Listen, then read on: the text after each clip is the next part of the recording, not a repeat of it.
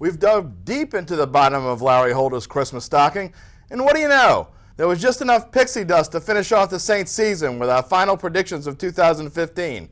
Imperfection at its best, coming up next on the Black and Gold Today.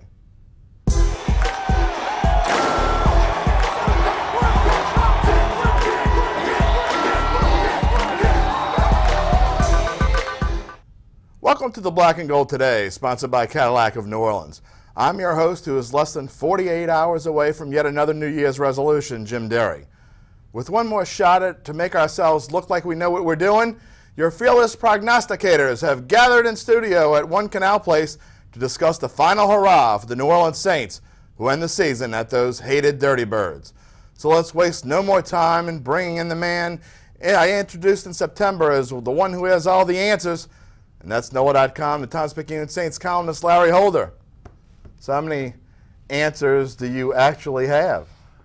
Very few. I don't want to see the replay tape. I'm waiting for the bloopers that you're going to produce at some point. But yes, we have not gotten this pick right very often. You know, I've decided to do you a favor and lay off the blooper reel. Until next week, of course, I'm sure. It has nothing to do with the fact that I was really busy and did not have time to put them together. Well, the vast majority of the time, you would have joined me in the blooper reel because we pick together, and it always goes the opposite. That's true.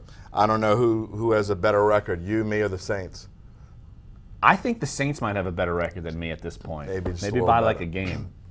Before we get into the Dirty Birds, this season, if they lose this game, it ends up being the worst season in the Sean Payton era. But yet, I can't find any expert who thinks that massive changes need to be made up top.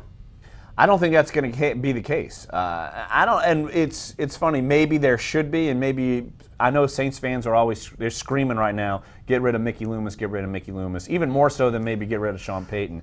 But it seems pointless for someone like me to say that, knowing that Mickey Loomis isn't going anywhere. He is part of that circle of trust. I'm going to pull out the Meet the Parents reference here. The Benson family trusts him, and say trust the Dennis Lauscha with everything. It's not just the teams, not just the Saints, not just the Pelicans, with business ventures. And they've helped them win a Super Bowl and build this team back up from the depths of despair to a Super Bowl team, a place that's sold out. So they are not going to make any changes up top, even above Sean Payton. Look, I'm not even saying they should. I'm not saying they should or shouldn't. My point is that if this were any other team in the NFL, and I mean any other team in the NFL, in this same scenario, I can't imagine that there wouldn't be, fans clamoring for heads to be rolling, I guess is what I'm saying. I think there are fans that are clamoring. I just don't. I think maybe there are enough savvy fans because there's more information out there than ever. And I think fans are savvy enough to know that even though they could scream for Mickey Loomis's head, that's not going to happen. That's just not going to happen. And let's be honest, their strategy of kind of robbing Peter to pay Paul for years and years, it worked. Now it's caught up to them. Now they've got to rebuild. And that philosophy didn't go down without Tom Benson's approval. I mean, let's be really frank about it. So they knew they were going to eventually get caught. And now they're going to have to basically reinvent themselves. And Mickey Loomis is going to be a part of that now. Is Sean Payton going to be a part of that? I think that it's really up to him if he wants to be a part of that. I think the only way that Sean Payton is going is if he doesn't want to be here. Absolutely. And I think you could hear all the teams and the scenarios, but we're not going to know until Black Monday comes what's open, what intrigues him. And you never know. The Saints still might be the most intriguing spot for him when he sees what's actually on the market. Drew Brees mentioned on the NFL Network that he doesn't see any way that he and Sean Payton aren't back together next season. So I'll take him at his word. I think that they'll be – now he knows he's going to have to restructure if he wants to stay here. I'm assuming that he does. And I'm assuming that he knows he's going to have to restructure. So that being said, what sort of changes do you think will be made in the offseason?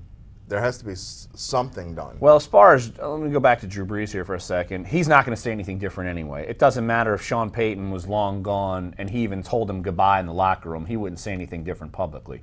But I think Drew Brees, that's what he wants. I mean, I think he wants to stay in New Orleans, and I think he wants Sean Payton to stay here in New Orleans. And he's Mr. Optimist, so that doesn't surprise me. And here's the thing that I think kind of gets lost here. Drew Brees has a $30 million cap number. It doesn't mean he's going to make $30 million. Right. And if he restructures and say he gets a few more years to where he's making 19 the following year or 18 that another year, it's not like he's taking some massive pay cut. It would trim down the cap number. You still have to spread out that remaining signing Right. bonus. Just remember, he made on average 20 per year for 5 years. It's not like he's all of a sudden taking more. That's just the structure of the contract. Now, what changes are going to happen? Look, I think C.J. Spiller is going to be gone.